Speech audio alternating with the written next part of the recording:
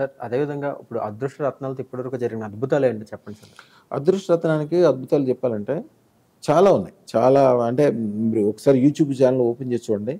తక్కువలో తక్కువ మీకు ఒక 15,000 నుంచి 20,000 అంటే యాక్చువల్‌గా ఏమవుతుందంటే మా దగ్గరికి రోజుకి ఒక 50 మంది అదృష్ట రత్నం గురించి పెట్టుకున్నాక మాకు అట్లా బాగయింది, ఇట్లా బాగయింది.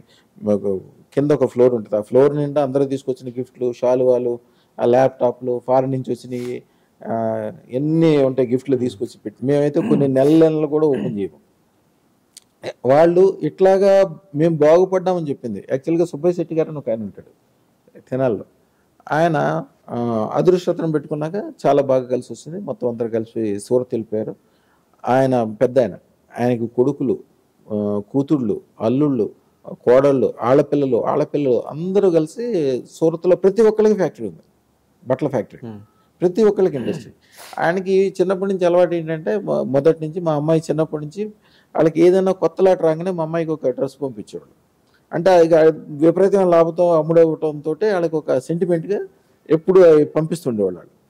పంపిస్తుంటే కొన్నాళ్ళకి ఏమైంది వీళ్ళంతా ఒకళ్ళకొకళ్ళకి బిజినెస్‌లు పెరిగిపోయినాయి ఒకళ్ళకొకళ్ళకి. ఒక షాప్ బదులు 10 షాపులు అయిపోయినాయి. ఇక్కడ ఉండగానే అక్కడికి వెళ్ళాక ఇండస్ట్రీలు అయిపోయినాయి. వీళ్ళందరూ ఏంటంటే ప్రతిసారి కొత్త లాట్ చేయగానే మా అమ్మాయికి డ్రెస్సులు పంపించేవాళ్ళు. కొన్నాళ్ళకి ఏమైందంటే మా ఇంట్లో మేము మనుషులు ఉండడానికి కూడా అవకాశం లేకుండా బట్టలతో నిండిపోయింది. అట్లా అయిపోయినాయి. మా అమ్మాయి కూడా ఇక తర్వాత ఏం చేసామంటే మేము అట్లా బట్టలు మనకు పంపించొద్దు. వీటిని చక్కగా అమ్మేసి ఒక గుడిలో అన్నదానానికి కానీ దేనికన్నా మంచిగా వాడండి అని చెప్పి పెట్టించామన్నమాట. ఒక గుడిలో దాదాపు రోజుకి 1000 నుంచి 3000 మందికి సీజన్లు బట్టి అన్నదానం దీని ద్వారానే జరుగుతుంది. ఇట్లాంటి వింతలు అక్కడికి వెళ్ళినప్పుడు వాళ్ళ ఒకసారి సూరత్ వెళ్ళాల్సి వస్తుంది. వాళ్ళ ఫ్యాక్టరీ చూస్తే అదొక పెద్ద లోకం. అసలు ఎన్ని వేల మంది పనిచేస్తున్నారో, ఎన్ని బట్టలో, ఎన్ని వ్యవహారమో, దాని ట్రాలీలు, మనుషులు, నడవటాలు అదొక లోకం లోపల. ఎన్నో ఎకరాల్లో విస్తరించింది అది. అలాగే ఒక ఆయన ఉంటాడు ఇక్కడ మన దగ్గరకు వచ్చినప్పుడు నెలకు 1000 రూపాయలు అద్దె కట్టేవాడు. తర్వాత పేరు చెప్దామో వద్దనుకోండి, అంతే చాలా ఫేమస్. తర్వాత ఆయన ఫస్ట్ ఒక మన దగ్గర అదృష్టరత్నం పెట్టుకున్న 15 రోజులకే వాళ్ళ ఇంటి వనరుతో ఇంకేదో తగ్గు అయింది. బాగా గొడవైంది. గొడవైతే ఆయన అట్నుంచి అటు వికారాబాద్ వెళ్ళిపోయాడు. వెళ్ళిన తర్వాత వాళ్ళ బంధువు ఏరో ఒక ఆయన వికారాబాద్లో ఉన్న ఆయన అమెరికా వెళ్ళిపోతూ ఆయన ఫ్యాక్టరీ అప్పచెప్పాడు.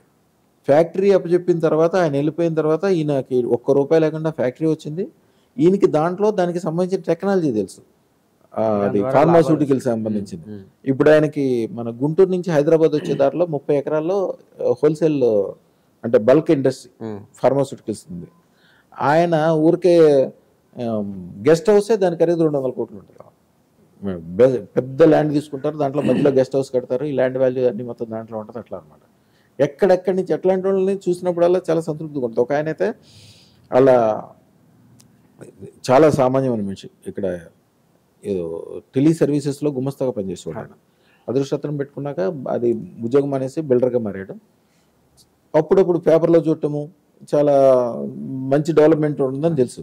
ఒక రోజున మీరు కంపల్సరీ రావాలి సార్, మేము పెద్ద అది చేస్తున్నాం, మీరు కంపల్సరీ. పెద్ద అంటే ఏమనుకుంటాను, మామూలు మనిషి. పెద్దదంటే ఒక 5 ఎకరాల్లో 10 ఎకరాల్లో వేస్తున్నాడేమో అనుకున్నాను. 200 ఎకరాల్లో వేస్తున్నాడు ఆయన వెంచరు. దాంట్లో 30 ఎకరాల్లో అన్ని 40 అంతస్తుల బిల్డింగ్. లోపలికి వెళ్ళి చూస్తే తలకాయ పైకెత్తితే ఆకాశం మీద ఉన్నట్టుంది ఒక్కో బిల్డింగ్. అసలు వేరే లోకం అనుకోండి, ఇండియాలో అమెరికాని చూపించినట్టుంది. అట్లాంటివన్నీ చూసినప్పుడు మాకు చాలా సంతృప్తిగా ఉంటుంది. ఇక్కడ కానీ ఢిల్లీ కానీ నోయిడా కానీ అక్కడికి వెళ్ళినప్పుడు పెద్ద పెద్ద చాలా చిన్న మనుషులు, మంచి రాజకీయ నాయకులు అయి ఉంటాం. ముఖ్యంగా రాజకీయాల విషయంలో మన దగ్గరకు వచ్చిన వాళ్ళు ఎవరు కూడా వాళ్ళ జీవితంలో మా నియమాలు ఉంటాయి. మా నియమాలు ఏంటి? పాలిటిక్స్ అంటే పాలి అంటే 5. పాలి అంటే ఫస్ట్ ఏంటంటే పాలిటిక్స్లో ఉన్న వాళ్ళు స్వార్థం చూసుకోవాలి. నేను, నా కుటుంబము, నా బంధువులు, నా గ్రామము, 5వది నా దేశం. అంతేగాని మీ ఇంట్లో డబ్బులన్నీ తీసుకెళ్ళి బయటికి రాజకీయాలు ఖర్చు పెట్టడం 100% ఒప్పుకోం. నా దగ్గర ఇప్పుడు లిస్టులో ఉన్న వాళ్ళే 3000 మంది రాజకీయ నాయకులు ఉన్నారు. వాళ్ళు ఎప్పుడూ పదవిలోనే ఉంటారు, ఎప్పుడూ ఇంటికి ఆదాయాలు వస్తుంటాయి, ఎప్పుడూ జనం మొత్తం చుట్టూతో తిరుగుతూనే ఉంటారు. రోజు ఒక పండగలాగా ఉంటుంది వాళ్ళకి.